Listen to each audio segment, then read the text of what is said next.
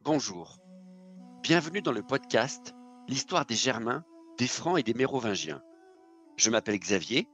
Et je m'appelle Romain, Abonnez-vous à notre podcast sérieux mais pas trop. pour les passionnés d'histoire qui veulent tout savoir sur l'histoire de ces peuples et de leur territoire au premier millénaire. Retrouvez-nous sur notre site internet www.meropodcast.fr et suivez-nous désormais sur les réseaux sociaux Facebook et Instagram en suivant meropodcast.fr. Et n'hésitez pas à nous donner des étoiles sur votre application de podcast préférée. Ça nous aide à avoir un peu de visibilité. Ceci est l'épisode 31, le pinceau magique. La fin de Magnence n'a pas ramené la stabilité dans l'empire de Constance, qui, tout paranoïaque qu'il est, ne devait pas espérer y gagner plus d'un répit de quelques années de toute façon.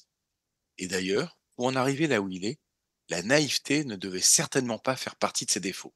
Donc la retraite à Capri, il savait bien que c'était fini, depuis belle lurette. Tout d'abord, les attaques de barbares reprennent de plus belle sur les frontières une fois Magnence abattu. Mais, histoire de mettre un peu d'huile sur le feu, Constance II, toujours aussi paranoïaque, décide de faire exécuter son cousin et unique successeur, le César Gallus. C'est d'autant plus surprenant que ça va lui laisser deux options aussi peu engageantes l'une que l'autre. S'épuiser à tout faire tout seul ou trouver un ou plusieurs hommes de confiance à qui confier du pouvoir justement pour l'assister dans la gestion et surtout la défense de l'Empire. Et c'est ainsi qu'un peu à contre-cœur, mais fortement conseillé par son bras droit, le sournois Arbétion, Constance se décide à faire appel à Sylvain. Partons à la rencontre de ce franc empire du IVe siècle au destin inattendu dans ce nouvel épisode.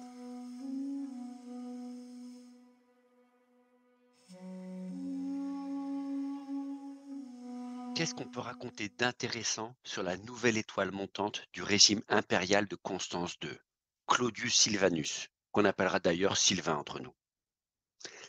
Les sources sont maigres et contradictoires sur ses origines, mais sans aucun doute, on a affaire à l'archétype du franc d'empire.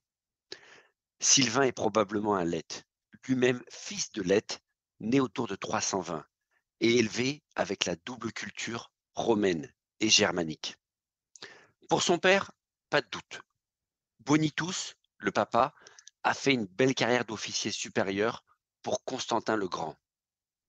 Comme beaucoup de Lettes du nord de la Gaule, il a soutenu le bon candidat dans la guerre civile du début du IVe siècle, un service que l'empereur Constantin le Grand ne va pas oublier en le bombardant Magister Militum, c'est-à-dire chef de la milice ou chef d'armée, durant les années 30. Le Magister Militum Bonio, puisque c'est sans doute son véritable nom, symbolise le nouveau Germain du IVe siècle. Carrière militaire brillante, latinisation de son nom, transformé en Bonitus, pour sonner moins barbare, et fils avec un nom 100% romain. Il n'y a que le cognomen, le petit nom coincé entre le prénom et le nom de famille, qui peut éventuellement nous faire douter. Sylvain s'appelle en fait Claudius Sylvanus, ce qui sonne de prime abord assez furieusement latin. Mais si Claudius peut s'entendre à la romaine, comme le prénom Claude, ça peut aussi s'entendre à la germanique. Claudius pourrait être une déformation de Claude, qui signifie renommé ou illustre chez les Germains. Un surnom qui sera appelé à une certaine gloire, justement, puisqu'il va servir de base au prénom des rois mérovingiens, comme Clovis ou Clotaire. La mère de Sylvain, elle, est plus difficile à cerner pour le coup. Certaines sources suggèrent qu'elle serait franque, et d'autres qu'elle est la fille d'une famille d'aristocrates latins en Campanie. Et la deuxième explication colle mieux en fait, à cause de la culture latine parfaite du fils et des soutiens qu'il aura dans la noblesse italienne toute sa vie. D'ailleurs, les auteurs antiques le décrivent comme poli et cultivé, ce qui pour un barbare colle assez mal avec les stéréotypes habituels. Et en plus, bizarrerie pour l'époque, le franc Sylvain s'avère être un chrétien. Autre indice soutenant une famille maternelle italienne plus que barbare. Et ça serait d'ailleurs assez cohérent avec la carrière météorique d'un Bonitus qui, devenu un officier supérieur militaire de l'entourage de Constantin le Grand, aurait épousé une noble romaine pour cimenter sa réussite dans l'Empire. Une bonne famille, une bonne éducation, un bon réseau venant de ses parents et une formation militaire sous l'égide de son père. Autant dire qu'il n'est pas parti du bas de l'échelle, le Sylvain. Parce qu'il ne faut pas oublier que l'Empire romain n'a jamais été une république égalitaire. Même si certains francs d'Empire ont certes réussi des carrières météoriques en sortant du rang, comme Bonitus, être fils d'eux aide énormément à gravir rapidement les échelons. Et même si notre société a beaucoup évolué, et que la déclaration des droits de l'homme est passée par là, on ne peut pas dire que ça a totalement changé au XXIe siècle, non? Et un des inconvénients d'hier et d'aujourd'hui à ce genre de favoritisme est que cela peut aussi générer pas mal de jalousie et d'aigreur autour de soi. Sylvain est devenu, très jeune, tribun d'une scolae palatine, comme on vous l'a raconté. Un poste prestigieux, avant même d'avoir 30 ans, à la fin des années 40, si vous vous rappelez l'épisode de la bataille de Mursa. Les scolas sont en réalité 13 unités distinctes de cavaliers lourds qui ont remplacé la garde prétorienne à l'époque de Constantin le Grand. 5 à l'ouest et 7 à l'est. C'est ce qui se fait de plus prestigieux et de plus redoutable dans toute l'armée impériale du IVe siècle. Une garde d'élite où les soldats ont un salaire plus élevé et des privilèges plus importants que n'importe qui d'autre dans les unités régulières. Lorsqu'arrive l'année 350, Sylvain va suivre la révolte de Bagnance, comme sans doute ses 4 autres collègues tribuns des scolas de l'Ouest. Et c'est difficile de savoir si c'est par choix, comme pour pas mal d'autres francs d'Empire dégoûtés du règne de Constant, ou simplement par instinct de survie, vu le type de coup d'État qu'a mené Magnance.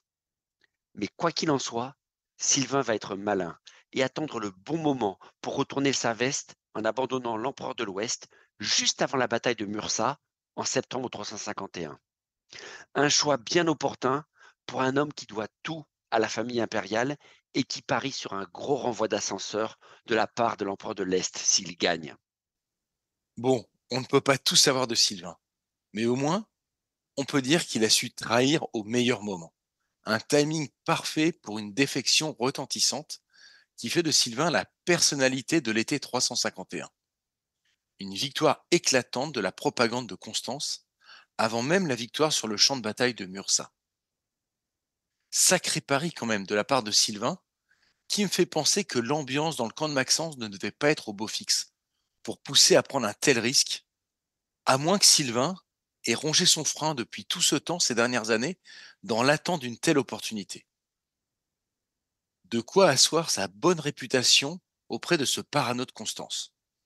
En jouant la carte de «je n'ai pas attendu de voir comment ça allait tourner à Mursa pour prouver ma fidélité à la famille de Constantin le Grand». En tout cas, Constance va récompenser dignement ce gros coup de main que lui a offert Sylvain avec sa désertion au bon moment. Probablement l'année suivante, il va l'honorer du titre de comès, c'est-à-dire étymologiquement en latin de compagnon ou d'associé. Le titre de comès, qui deviendra le mot comte en français moderne un jour, est un rôle honorifique qu'on donne à certains membres de l'entourage proche de l'empereur. C'est pour les hommes du premier cercle, ceux à qui on confie une charge civile à la cour impériale ou un commandement militaire provincial. Dans les deux cas, c'est une distinction qu'on donne depuis les réformes de Dioclétien et de Constantin à des fidèles, des hommes de confiance à qui on délègue une partie du pouvoir sans qu'ils aient besoin d'appartenir à la famille impériale.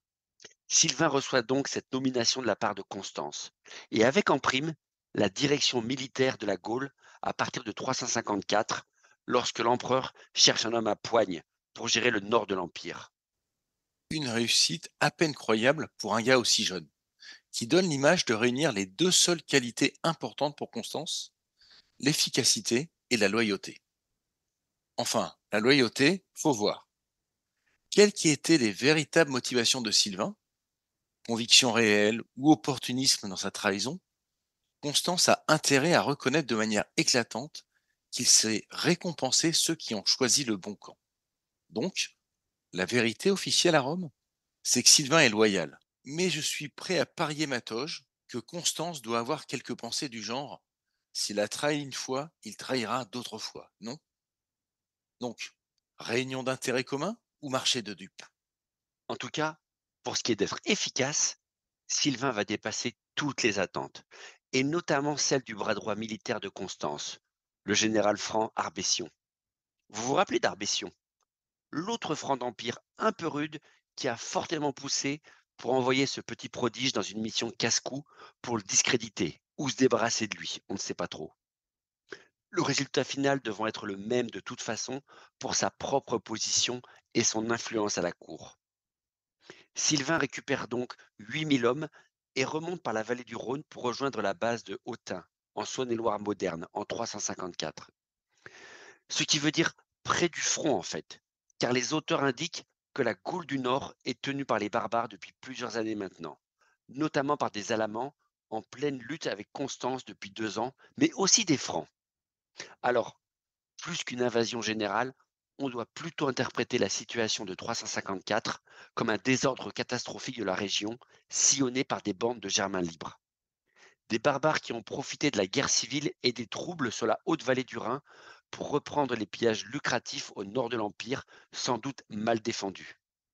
Des groupes autonomes et hyper véloces qui ravagent les campagnes, tandis que les habitants et les troupes de garde se sont repliés derrière les murailles des villes en attendant de l'aide. Mais Sylvain, même avec peu de soldats, va réaliser le coup de maître pour éliminer ces bandes. Une stratégie brillante qui consiste à foncer rapidement et en secret à travers la Gaule.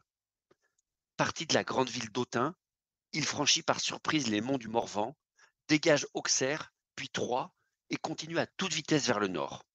En fait, Sylvain enchaîne les petits combats, tombant par surprise sur les groupes de pillards pour les écraser un par un.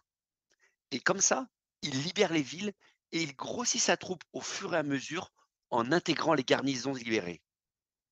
Une bonne stratégie, combinant vitesse et impact, qui lui permet de nettoyer rapidement toute la région.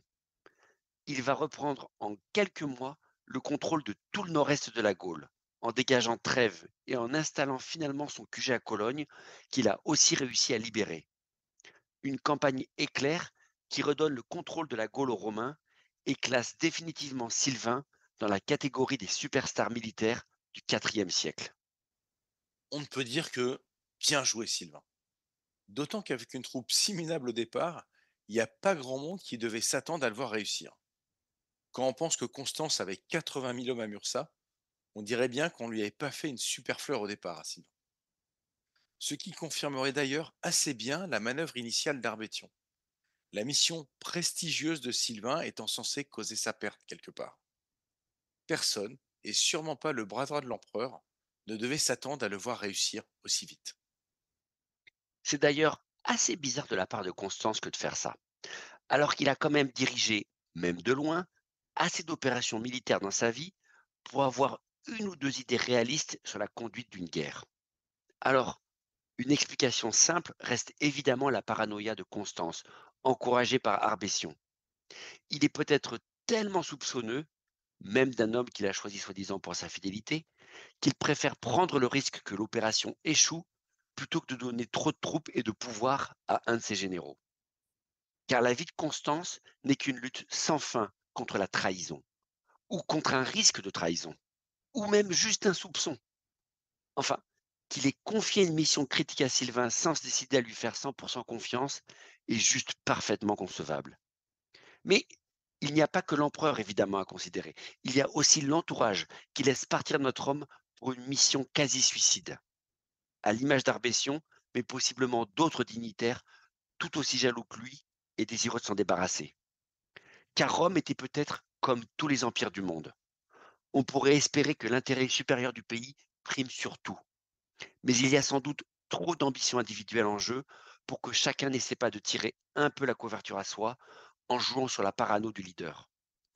Et ça ne serait pas la première fois que les plus hauts personnages d'un État scient la branche sur laquelle ils sont assis par ambition à courte vue. Dernière option, peut-être moins tordue, c'est que cette mission suicide pour perdre Sylvain rapportée par l'auteur Amien Marcelin est un peu une exagération. Car l'Empire va mal, et depuis un certain temps. les menaces restent omniprésentes de partout comme l'avenir va vite le démontrer, avec d'autres guerres sur le Danube l'année suivante et contre les Sassanides à l'est. Tout ça pour dire que l'armée un peu minable qu'on donne à Sylvain peut aussi être le simple résultat de la pénurie d'hommes du moment comme le déplorait déjà Constance le lendemain du massacre général de Mursa. L'histoire dramatique d'un Sylvain retournant une situation ultra compromise alors qu'on lui aurait délibérément savonné la planche est peut-être une grosse dramatisation d'une situation en fait banale du IVe siècle. Donc pour résumer, l'élévation de Sylvain en 354, grâce à son succès certes inattendu, est spectaculaire, mais pas complètement hors norme non plus. C'est remarquable, mais pas forcément louche. On peut y voir le signe que l'Empire romain, comme toute construction politique complexe, étendue, faisant face à de multiples problèmes et devant faire avec des ambitions contradictoires, fait parfois, voire souvent, des choix à la con et monte des plans qui ne se passent pas sans accroc, comme dirait Hannibal. Non, pas celui de Carthage, ni celui qui bouffe des gens, l'autre. Et dans la situation présente, le plan d'Arbicio lui revient un peu façon boomerang dans la face. Même si cela fait quand même les affaires de Constance, qui n'avait pas grand-chose à perdre sur ce coup-là. Élimination de barbares ou d'un ambitieux, il n'était pas forcément perdant. Quoi qu'il en soit, Sylvain réussit là où personne ne l'attendait trop. Le jeune général brillant réalise une campagne exceptionnelle et dégage en quelques mois tout le nord de la Gaule. Joli coup pour un blanc-bec, mais qui va apparemment être l'étincelle déclenchant une drôle de réaction en chaîne. Car c'est à l'été 355 que l'histoire de Sylvain prend une tournure totalement inattendue. Le méchant retournement de situation hollywoodien. Enfin, milanais pour être précis. Si ses ennemis politiques et autres jaloux n'ont pas réussi à l'abattre via une promotion casse-gueule, on va créer de toutes pièces une bonne campagne de diffamation pour avoir sa peau. Toujours selon Amiens Marcelin, un auteur plutôt fiable et impartial généralement, mais qui a pu en rajouter dans le complotisme pour pimenter son récit, le drame démarre à la cour de Constance II à Milan, où une cabale de dignitaires jaloux se forme pour abattre Sylvain. Et c'est un certain Dynamius, un fonctionnaire subalterne, qui va actionner un complot de génie. Lui qui a dû connaître le franc lorsqu'il était encore présent à Milan l'année précédente, écrit à Sylvain en lui demandant de lui envoyer de Cologne des lettres de recommandation pour lui ouvrir quelques portes à la cour. Pratique de piston vieille comme le monde, sauf que Dynamius ne demande pas cette faveur à son ami pour bénéficier de l'influence de la star du moment. Non, apparemment, poussé par une petite bande d'officiers jaloux dans laquelle on trouve inévitablement Arbession et d'autres courtisans, Dynamius se lance dans une opération improbable de faux et usage de faux. Parce qu'une fois récupérées les lettres de soutien de Sylvain, il efface les mots de la lettre à l'aide d'un pinceau et ne garde que la signature. Et en lieu et place du contenu écrit par l'officier vantant les qualités de Dynamius, le faux ami fabrique des lettres de trahison, dans laquelle Sylvain, toutes ses connaissances d'Italie, barbares ou autres, à le rejoindre dans une rébellion contre Constance. Rien que ça. Dynamius trahit son soi-disant mentor à qui il a demandé service en le compromettant dans un complot inventé de toutes pièces qui lui garantit certainement une condamnation à mort.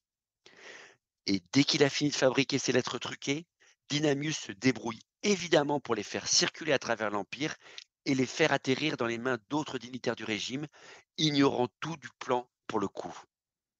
Une diffusion qui crée un faisceau d'indices qui, inévitablement, finira bien par remonter aux oreilles de l'empereur, dès qu'un des destinataires, un peu plus loyal que la moyenne, montrera les lettres trafiquées de Sylvain à Constance II. Alors oui, je suis comme vous. Je trouve ça un peu suspect cette histoire. Et certains historiens avant nous partagent aussi ce doute concernant cet étrange complot avec Dynamius et son pinceau magique.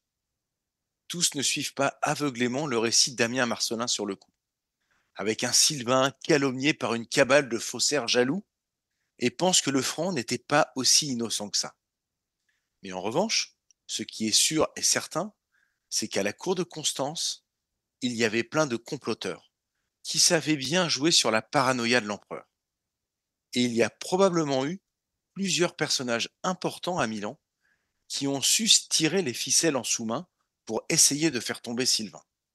Qu'ils aient eu du Blanco ou du Tipex à portée de main, ou pas. Par contre, maintenant que nous connaissons mieux Constance, il paraît évident qu'avec des preuves pareilles atterrissant sous son nez, c'était la peine capitale, non?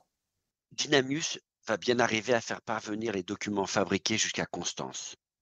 L'empereur paranoïaque, déjà trahi par son cousin l'année précédente, déjà convaincu que les traîtres sont partout, réagit au quart de tour dès qu'il apprend la nouvelle et fait arrêter tous les complices mentionnés dans la lettre. Et il ordonne évidemment l'arrestation du rebelle du nord de la Gaule. Une manœuvre à la fois prévisible avec un souverain comme Constance II et qui pourtant laisse un bon nombre d'officiers présents à la cour stupéfaits et incrédules. Et plus précisément, deux autres officiers supérieurs de l'entourage de l'empereur qui refusent de croire à cette histoire abracadabrantesque. Ai-je besoin de vous le dire? Les deux officiers en question sont évidemment deux francs d'empire, nommés Malaricus et Malobo.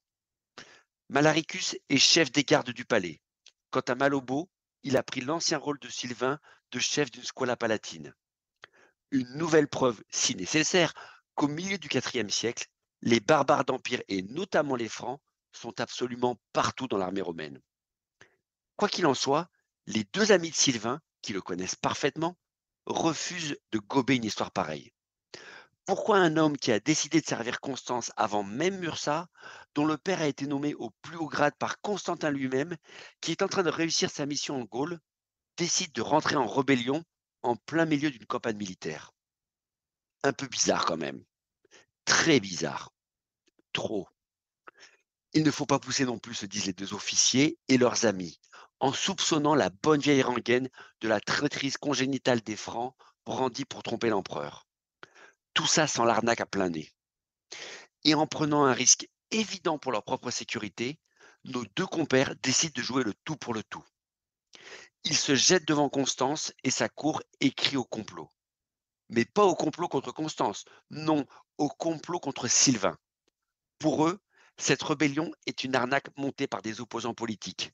L'histoire est un tissu de mensonges et ils sont prêts à risquer leur propre vie pour le démontrer, littéralement.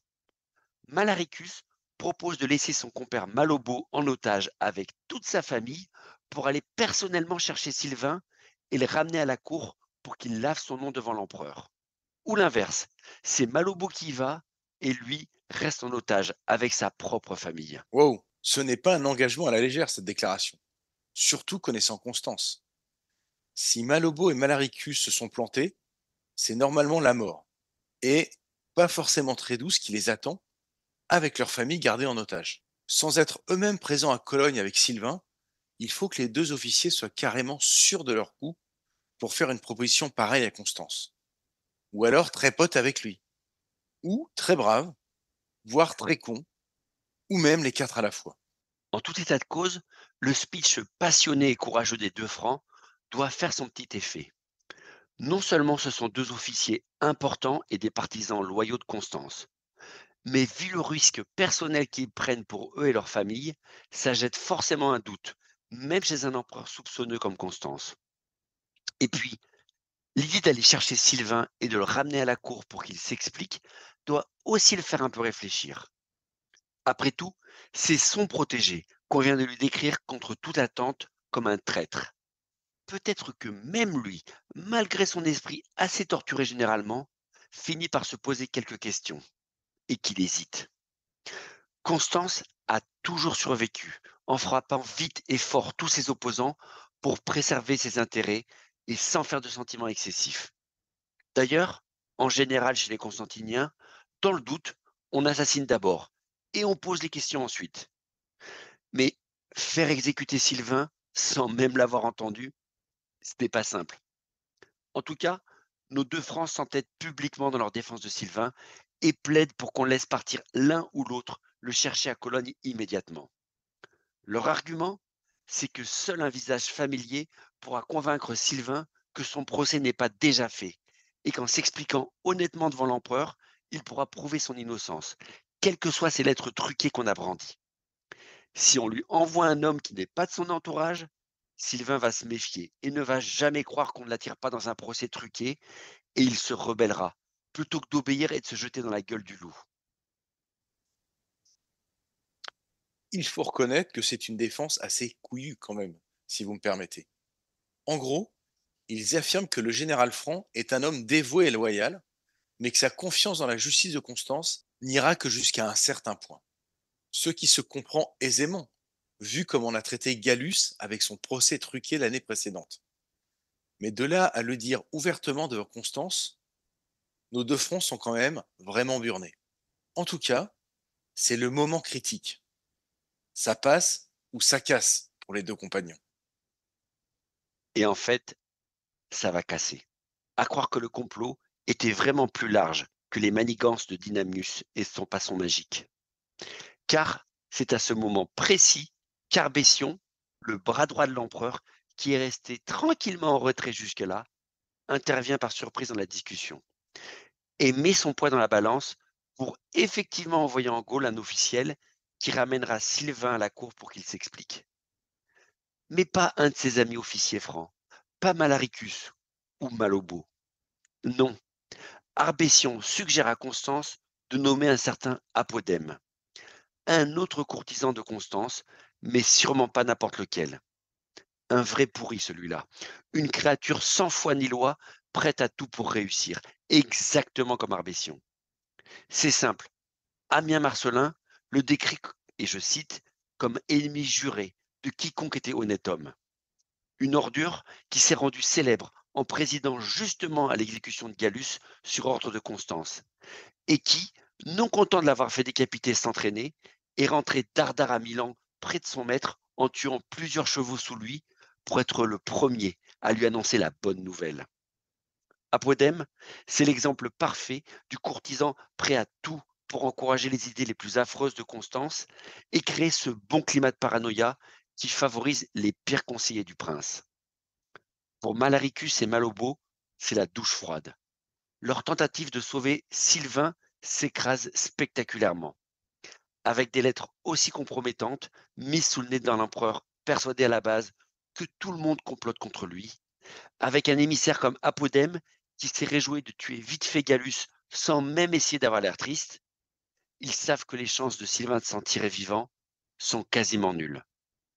Et il faudrait littéralement un miracle, un retournement de situation improbable à ce stade pour le sauver. En fait, il faudrait une preuve que tout cela est un complot fabriqué de toutes pièces pour convaincre Constance. Une botte secrète qui révèle tout le complot et fasse prendre conscience à l'empereur qu'on lui a raconté des salades.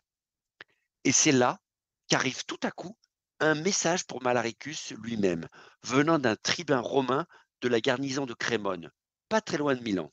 Un tribun qui a reçu une lettre de Sylvain justement, et de son collègue Malaricus, lui demandant de se joindre au complot contre Constance. Mais le tribun est un honnête homme, et il ne comprend rien à cette demande cryptique de se rebeller avec eux deux. Et il exige dans sa lettre des éclaircissements de la part de Malaricus.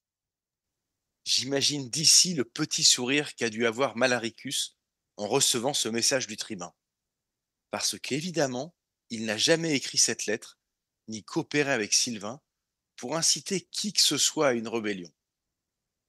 Ce qu'il a entre les mains, c'est évidemment un des faux fabriqués par Dynamius, qui lui a été livré sur un plateau avec son propre nom indiqué dessus. La preuve que tout cela n'est qu'un complot contre Sylvain. Cette fois, il l'a entre les mains. Et il y a certains courtisans à la cour de Milan qui vont regretter amèrement d'être venus chercher des noises aux officiers francs de l'Empire. Merci d'avoir écouté cet épisode de L'histoire des Germains, des Francs et des Mérovingiens, le podcast dédié à l'histoire de France durant le premier millénaire. N'hésitez pas à nous contacter sur méropodcast.fr@gmail.com et rendez-vous au prochain épisode.